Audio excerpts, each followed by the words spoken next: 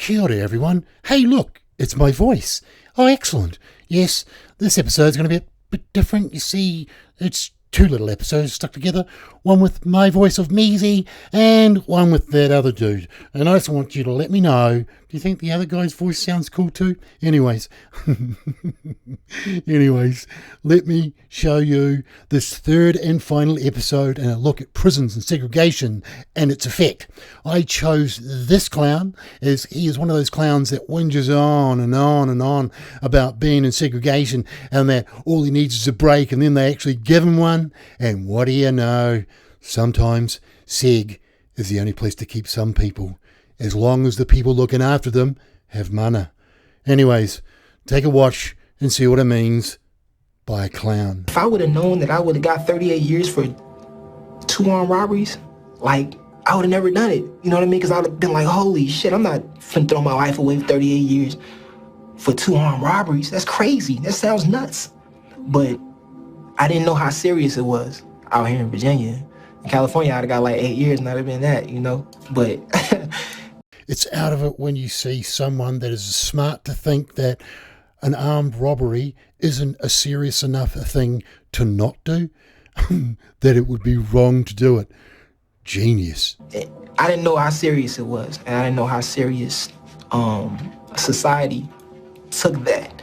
He's not serious enough about thinking that armed robbery to us isn't as serious as what serious should be. This guy is a fucking genius. When I was a kid, I wanted to be a gangster. I wanted to be like my father. You know, in California, where I came from, we don't really look at gangbanging as being crazy. It's just kind of our culture. It's a neighborhood thing. Like, if you're from the neighborhood, that's your family. You know, that's your family. That's everything to you. You know, when we're young, you got people that you look up to and say, you want to be like them. You know, I want to be like him. Like, look at his car. You know, look at the girls that like him. Like, I want to be like him. I want to look like him when I get older. What a simplistic way to look at the world. Like, we all look and see the same things, like, oh man, that'd be cool to have that jet, and oh, look at that yacht, fuck, it would be great to be rich and famous. Except with us, you know, people, society, civilization, we think, well, we work hard enough, we should get there, unless luck pops along. But not these clowns. No, these clowns think, no, what I'll just do is I'll take it. That, ladies and gentlemen, and all those in between, is what makes them them. That's my America. And I'm in prison now. And they put me in segregation for fighting. And being in that cell 23 hours a day, it's a mental challenge in itself. Just being in that cell for so long, it's a psychological thing, you know? Any and everything that we go through is just in that little box, in that little cell. Trying to, like, create things to do. Trying to keep them going crazy, like, every day, all day. Like, for me, my therapeutic time is cleaning up every day. When I get up in the morning, I clean up. When I go to bed at night, I clean up. You know, hit the floor, the wall, the sink, just clean everything, get it all straight, spick and span, right? But I don't know, I think that's just maybe OCD or something, I don't know. Maybe I'm crazy a little bit. And the thing is, with this, you feel empathy. As a human being, you feel empathy. But you must always make sure that you place that empathy or give that empathy to someone who is deserving of it. Because if you were to say, I feel empathy for this guy, and, you know, we should let him out and put him in general population, you know, because it seems that, you know, he probably really does want to change. That's the bet on a losing horse. Empathy. Don't ever be misjudged about who should receive it and who shouldn't. The COs can't really understand, you know what I mean?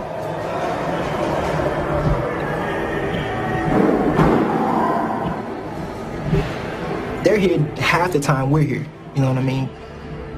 But at the same time, they leave, you know, and they go back into the real world and they come back. This is our world. There's no fate, but what we make for ourselves, right?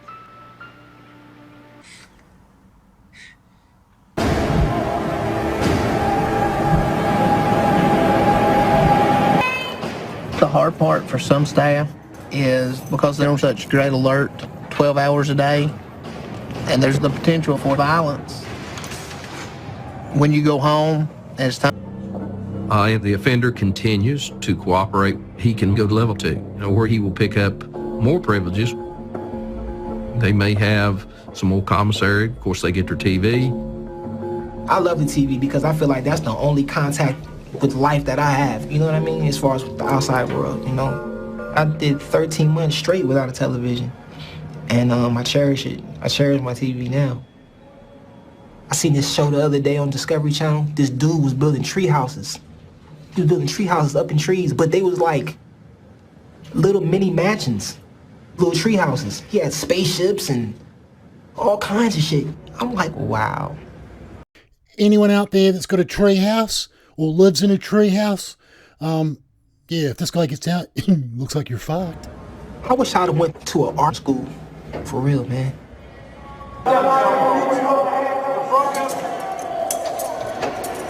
Kelly.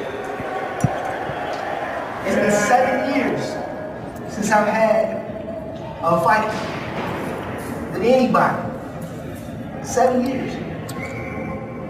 So this clown has been in Seg for 7 years. 7 years since he had his last fight and was put into segregation for being violent. So he wants to get back out into general population. And the thing is, 7 years, that does sound like fucking quite a long time.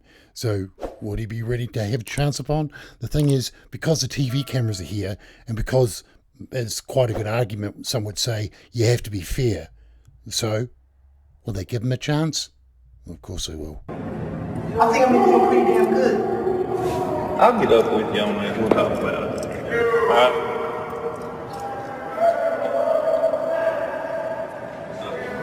I understand that in any type of environment, whether it's in the free world or in prison, you have to have rules and regulations. We all understand that. You have to have rules, otherwise it'd be chaotic in here. It would be crazy. But when you actually have a valid problem, if you have a valid issue, it's not heard. And it's like you have no voice. And being a person and having no voice, it hurts at times, you know. You gotta feel like you're relevant to somebody. You know, and if you don't feel like you're relevant to nobody in that cell, then it'll make you wanna just lose your damn mind. You know, just go crazy.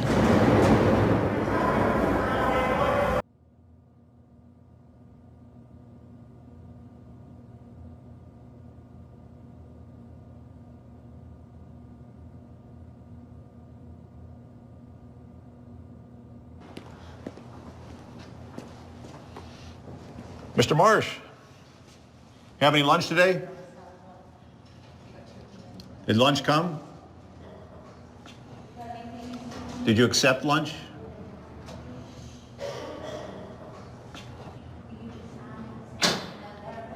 Like to talk to me, Mr. Marsh?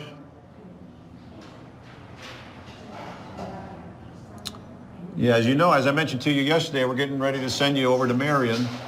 How do you feel about going to Marion? Can't say. All right, we're going to send you off, and then we'll look for you to come back all healthy again.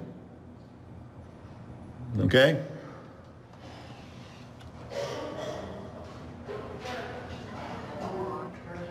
Okay. There have been studies that have shown that segregation can have harmful effects on a person's mental health.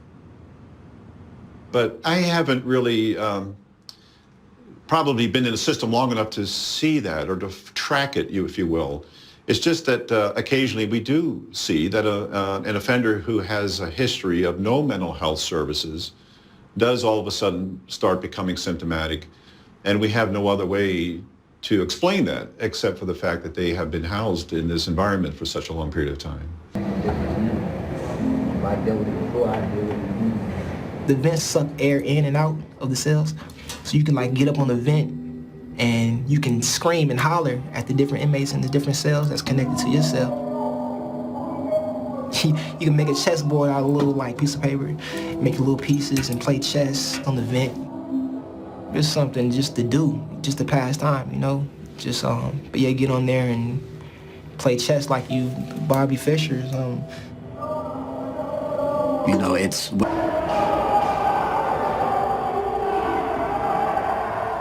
If you just sit and just listen to all the different cells, you will hear 1,000 arguments all day, every day, just about nothing. It's the anger and the frustration everybody feels inside themselves. You have this rage that just builds and builds and builds and builds and builds.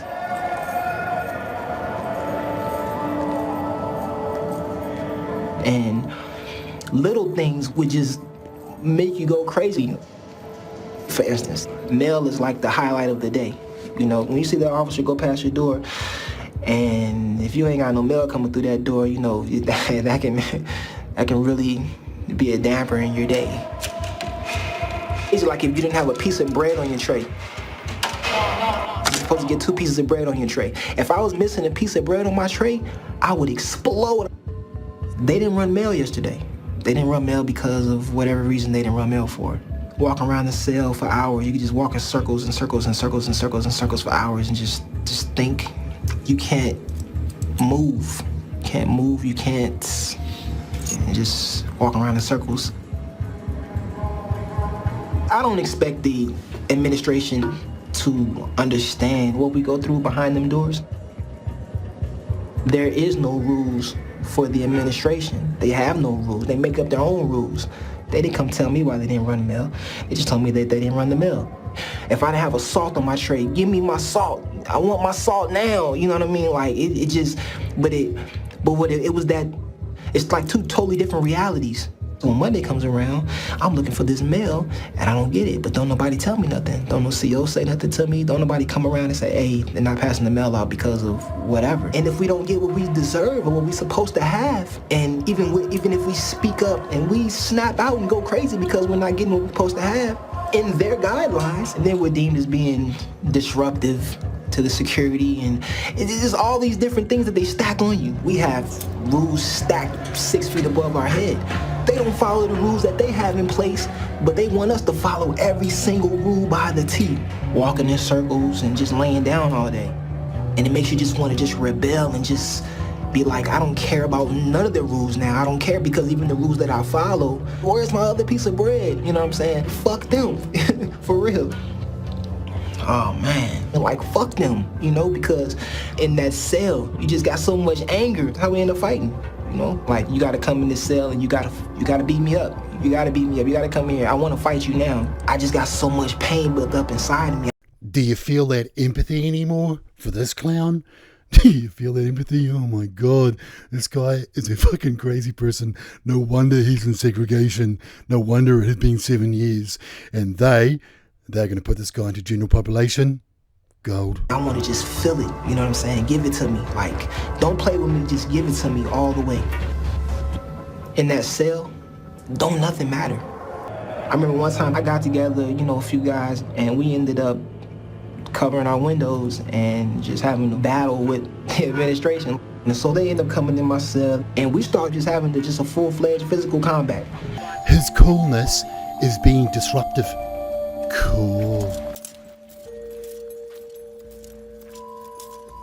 So here it is. They put him in general population, and now he's back.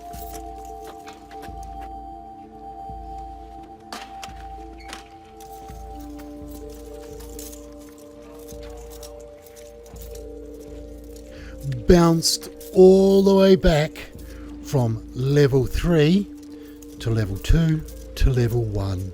Bounced all the way back to maximum security and segregation. What a fucking whinging prick. And his excuse for getting kicked out of general population is exactly what you'd think. What you gonna do when somebody attacks you? I mean, you'll do what you gotta do. It's not gonna matter what program you put in front of somebody.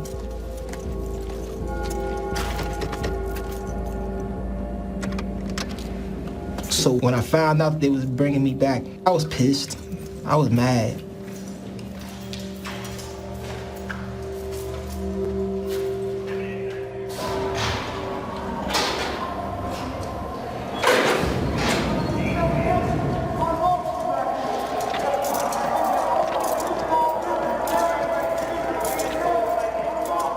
Knowing that I was coming back to long-term segregation, I had to start getting my mind right. Because once you come over here, you don't know how long it's gonna be before they let you go and send you back out into the prison world, back in the population.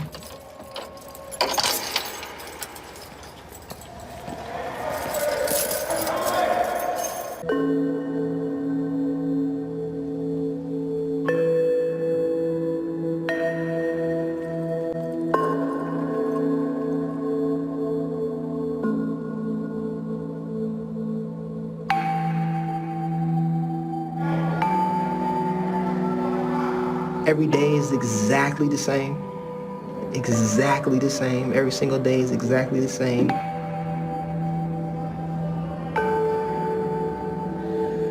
In that cell by yourself, it's like you're not in prison, and it's like you're somewhere else. You're just away from life. You're just away from life, period. And that is probably a very good thing. Yes, indeed. Now, on to this episode 2 with this dude with the sexy voice. Well, let's go see someone really dark.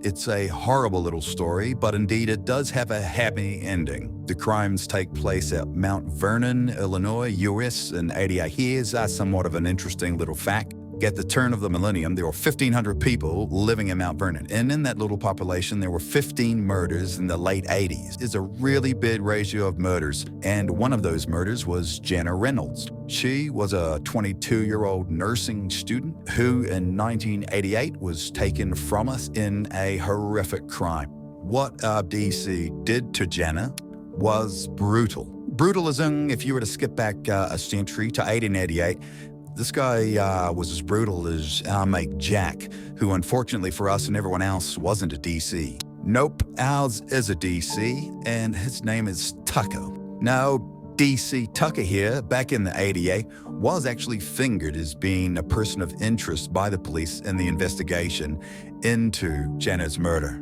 But back in 88, forensic was still in its infancy, so there wasn't a lot of tests that one could do. But one of those tests was hair samples. And that's about as simple as it sounds. They just take a hair sample of someone, compare it to the hair sample of which they found at the murder scene. Now, indeed, old Tucker here, he did get over a hair sample, that is, when he had hair, and from looking at it, it wasn't a match. Now, here's the thing, and I'm not saying that those cops were useless back then, but those cops are useless back then because you see, the forensic guy that asked for the hair sample had a pubic hair sample, and the only hair that old Tucker gave was from his head. Now, I don't really go around testing my theory, but I think there's a little bit of a difference between someone's hair on the head and the hair from their balls. But maybe I'm wrong.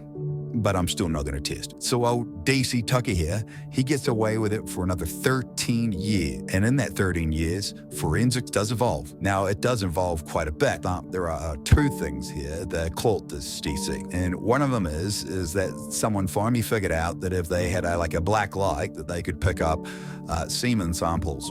I don't know why it took them that long to figure that one out, but indeed, they found lots of semen samples, all of it Jenna's. And from finding those deposits brings us to the second thing that has evolved in forensics, which is profiling, to be able to build a DNA profile, of which they did. And it was from this they found Tucker, our DC. So Fartho goes and grabs our DC and brings him into the station to hit him up about the profile and his brutal murder of Jenna. There was enough root material for the lab to do DNA on you. They compared it to the DNA they found on her bedding and clothes. It was a 1.17 trillion match. He said, man, they ain't that many people on the face of the earth. So that roughly works out in one person, that Tucker, being on the face of 2,125 other Earths full of people. So they got him. And old DC, being DC, doesn't know much about forensics and stuff. So he plays dumb, which is like plain normal. And hit with that statistic and the chances of it being somebody else's DNA, of course, our DC said this. Wasn't me. It wasn't me. Yeah, you won't take your chances with the jury. You damn right, because that was not me. And there you go. There you go. That is a perfect example here with DC Tucker. And now you know why and who are the kind of people that put the J in genius. It's these people. Geniuses. Just fucking geniuses. Okay, because y'all trying to tell me that I murdered a girl that I only knew for a short period of time. I'm saying I didn't murder nobody, and I truly don't know that girl. Okay, is that your DNA at that house? It shouldn't be. No, but is it? Is it? Sir, he's arrested and charged. They lock old DC up in prison awaiting his trial. So old DC, while waiting for his trial in jail, is just rotting away. He gets an idea, a genius idea. You see, he finds himself one of those jailhouse lawyers, those guys that know that about something when it comes to law. And these criminals inside go, hey, DC, you should go talk to that guy because that guy could probably get you off this. So old DC, being a genius, he went up and found the jailhouse lawyer and had a chat through him. And the old jailhouse lawyer said, yeah, of course, mate. Of course I can help you out. What did you do with him? Oh, no, don't tell me.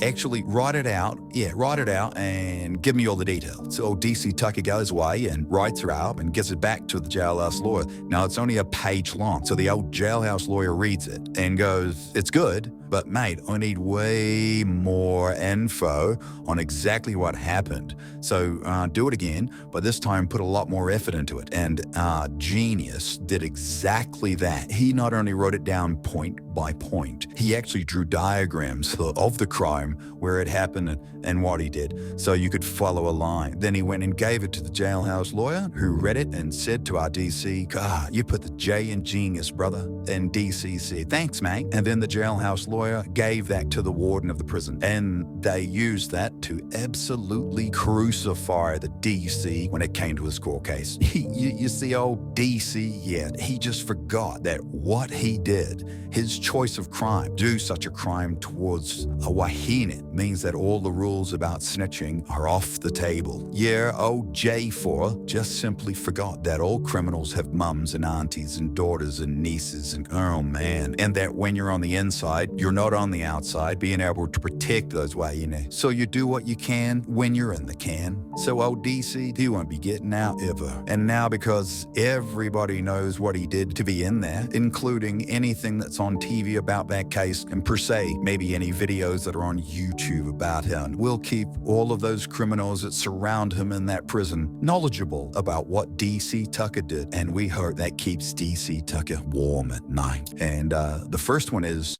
the jailhouse lawyer, the lawyer that got him. Yeah, he did it without asking or receiving anything from state. He did it for absolute free because everyone has a mum, you know. And the second thing is just never forget those who are taken from us too soon that are good people. She was only 22. She was only 22. Okay, all is stay safe, and I'll see you guys soon.